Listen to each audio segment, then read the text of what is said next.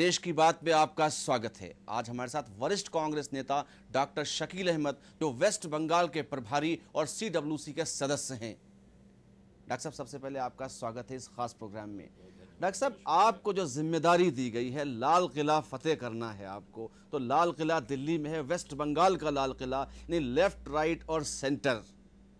और ये माना कि तेरे दीद के काबिल नहीं हूं, लेकिन तू मेरा शौक तो देख, मेरा इंतज़ार तो देख, इस शेर के साथ प्राइम मिनिस्टर ने आपको इजाज़त दी है। देखिए, हम लोगों ने भी बहुत इंतज़ार किया है और जो शौक़ था कि पश्चिम बंगाल से जो लेफ़्ट फ्रंट की सरकार है वो ख़त्म हो, लगता है वो शौक़ पूरा होने का वक्त भी आ गया। क्या इशारा था इस शेर का? इस शेर का इशारा ये था कि एक बात जो बिल्कुल जिसका कोई जवाब नहीं था, वो भी लीडर ऑफ द अपोजिशन या अपोजिशन के लोग बेबात का बात बना रहे थे।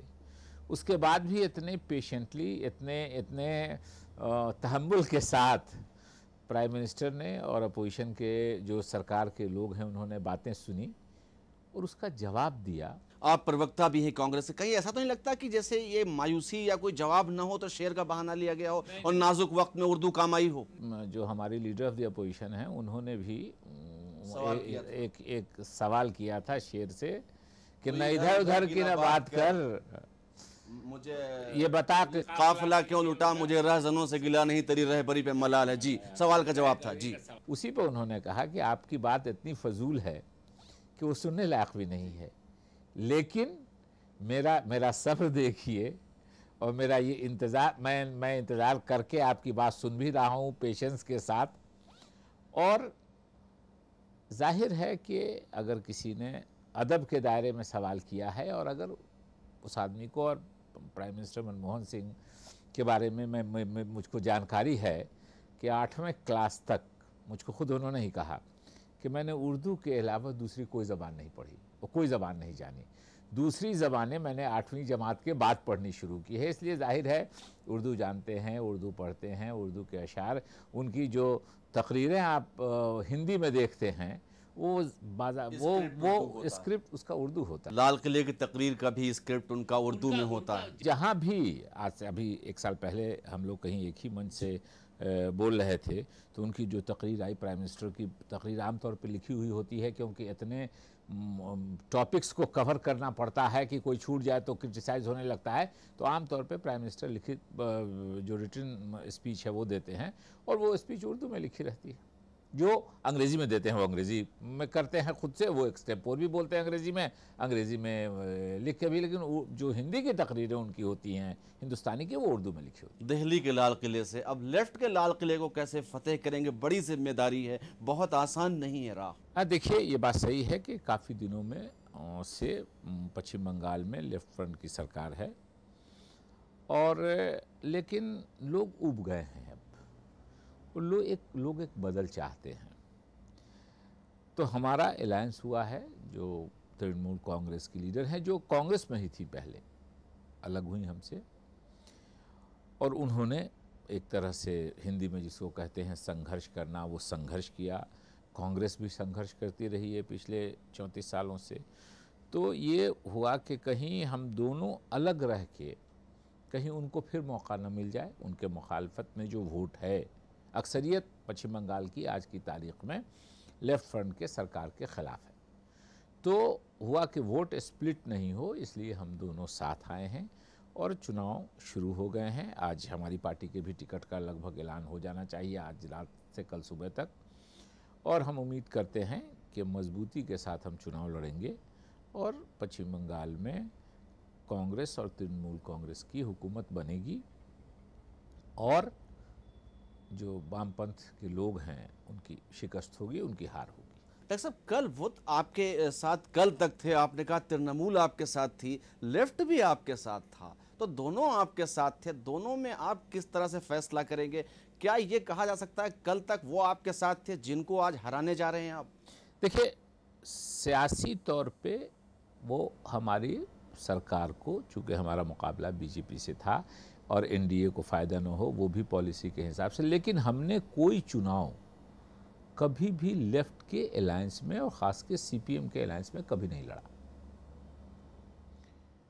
सीपीएम और हमारी इतनी ही दूरी है, आप इसी से समझ सकते हैं कि सीपीएम ने 1977 में जनसंघ पार्टी के साथ अलायंस करके कांग्रेस की मुखालफत की और सीपीएम ने 1989 में बीजेपी के साथ मिलकर इलेक्शन लड़के हमारी मुखालफत की। हमारा समझौता कभी किसी चुनाव में सीपीएम के साथ नहीं हुआ। ममता बनर्जी जी ने भी समझौता किया, लेकिन ममता बनर्जी जी ने वो उनसे अलग भी हुई और ममता बनर्जी जब तक वो साथ रही उनके, हमारा समझौता नहीं हुआ उनसे। लेकिन ममता बनर्जी जी के साथ हमने 2006 का, जो इससे पहले की असेंबली का इलेक्शन हुआ था, वो भी लड़ा और 2009 का पार्लियामेंट लड़ा ममता बनर्जी जी के साथ और आज फिर हम लोग लड़ रहे हैं। डॉक्टर साहब, आगाज तो अच्छा है, अंजाम का खुदा जाने, लेकिन सीपीएमिज्म और लेफ्टिज्म जो ममता दीदी ने कहीं अपने इंटरव्यू में कहा था, दोनों में फर्क है। उम्मीद करते हैं कि आपने कहा कि अंजाम खुदा जाने, उम्मीद करते हैं कि खुदा करे कि अंजाम अच्छा हो। जी, जी। तो सीपीएमिज्म और लेफ्टिज्म क्या मतलब था इसका? मतलब उसका यह था, देखिए, लेफ्ट की पॉलिसी जो है वो फेल कर गई पूरी दुनिया में। ईस्टर्न यूरोप का पूरा ब्लॉक फेल कर गया, सोवियत यूनियन टुकड़े टुकड़े में हो गया, पोलैंड ख़त्म हो गया, रोमानिया, बुल्गारिया, यानी जितने भी ईस्टर्न ब्लॉक की कम्युनिस्ट कंट्री थी, ये against the law of the nature है इस पार्टी का। ये दुनिया इस तरफ जा रही है, लेफ्ट इस तरफ कहने को कहता है, तो एक तरह से दुनिया ने रिजेक्ट कर दिया। बुनियादी चीज जो कहने की मैं कोशिश कर रहा हूँ, क्या लेफ्ट भी भटक गया है? बिल्कुल भटका हुआ है, तभी मैं कह रहा हूं कि दुनिया जिधर जा रही है, आप बिल्कुल अगर अननेचुरल बात करेंगे, उल्टी बात करेंगे, यहाँ फ्री मार्केट की बात हो रही है, ग्लोबलाइजेशन की बात हो रही है, और आप उसमें कंट्रोल इकोनॉमी की बात करेंगे, थोड़ी हद तक चलिए, वक्त होता है मुल्कों का, हिंदुस्तान में भी किसी ज़माने में कंट्रोल इकोनॉमी थी, लेकिन दुनिया में अब इस इंटरनेट ने, इस जेट हवाई जहाज़ ने, इस मोबाइल फ़ोन ने दुनिया को एक गांव बना दिया है बड़ा, और उस बड़े गांव से आप अपने को दुनिया से अलग रख करके नहीं कुछ कर सकते हैं।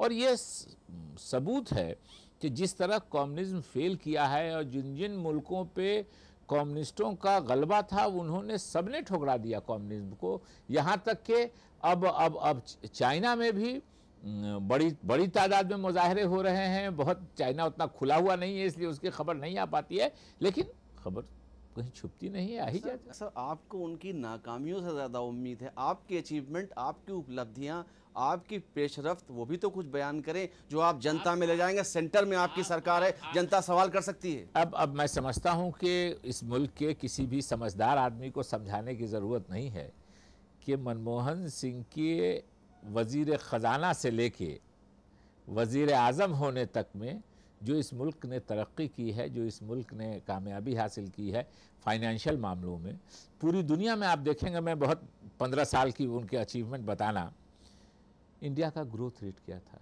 इंडिया की पर कैपिटा इनकम क्या थी 1991 से पहले, इंडिया का जो फॉरेन मार्केट है उसमें शेयर क्या था, और उसके अलावा जो आम लोगों की मयार ज़िंदगी थी वो क्या था। इन बातों पे गौर करेंगे। पूरी दुनिया में अभी इकोनॉमिक रिसेशन था, हिंदुस्तान में ग्रोथ मेंटेन रहा। ये बात सही है कि हम 8-8.5% से घट के 6% पे पहुंच गए थे, 6.5% पे, आज हम फिर 9% के आसपास ग्रोथ पे हैं। तो ये काफ़ी है दुनिया को बताने के लिए कि हमने क्या तरक्की की है और डॉक्टर मनमोहन सिंह की पॉलिसी से क्या फ़ायदा हुआ। राइट की ये तरक्की लेफ्ट पर असर डालेगी, लेफ्ट को मिटा पाएगी? लेफ्ट लगता है कि अपनी पॉलिसी से, लोकसभा के चुनाव हुए हैं पश्चिम बंगाल में, बुरी तरह वो हारे हैं, पंचायतों के चुनाव हुए हैं, बहुत बुरी तरह हारे हैं। दोस्ती और दुश्मनी, सियासी दोस्ती और दुश्मनी पर बात करेंगे फिलहाल देश की बात के इस खास प्रोग्राम में। समय एक छोटे से ब्रेक का।